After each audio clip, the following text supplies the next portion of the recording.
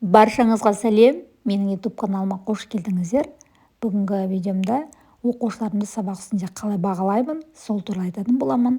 Ендеше видеомды соңына дейін қарап, каналыма тіркеліп, лайк басып, өз пікірлеріңізді білдіріп кетіңіздер. Оқушыларым сабаққа келгеннен кейін бейжіктен тауып алады.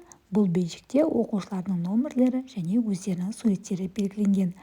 Осы номерлер арқылы оқушыларды әр тапсырма сайын бағалап отырамын. Менің нұсқауым бойынша оқушылар өздерін бағалай алады. Тақтада оқушылардың тапсырмалары жазылған сандар бар. Мысалы, бірінші тапсырма ол үй тапсырмасы болуы мүмкін. Екінші номер ол класс жұмыстары, сұрақтар, бекіту сұрақтары деген сияқты тапсырмадан тұратын жұмыстар болады. Одан кейін бұл оқушыларымның номерлері.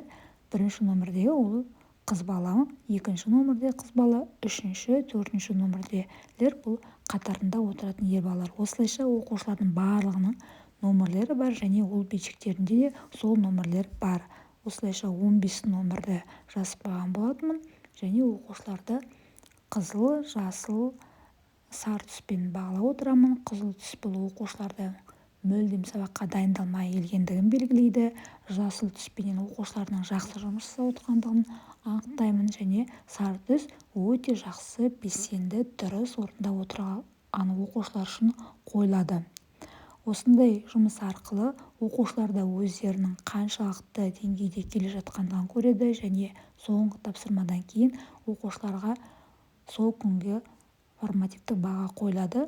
Бұл кезде оқушылар өздерінің сол бағаны дұрыс, нақты алып отырғандығын көреді. Себебі әр тапсырма сайын оқушылардың балдары осы түстер арқылы бағаланып отырады. Баршаңызға осындай бағалауды ұсынамын. Сабақтарыңызға бұл пайда болады деген ойдамын. Баршаңызға сәттілік тіледім. Келесі кездескенше сау болыңыздар.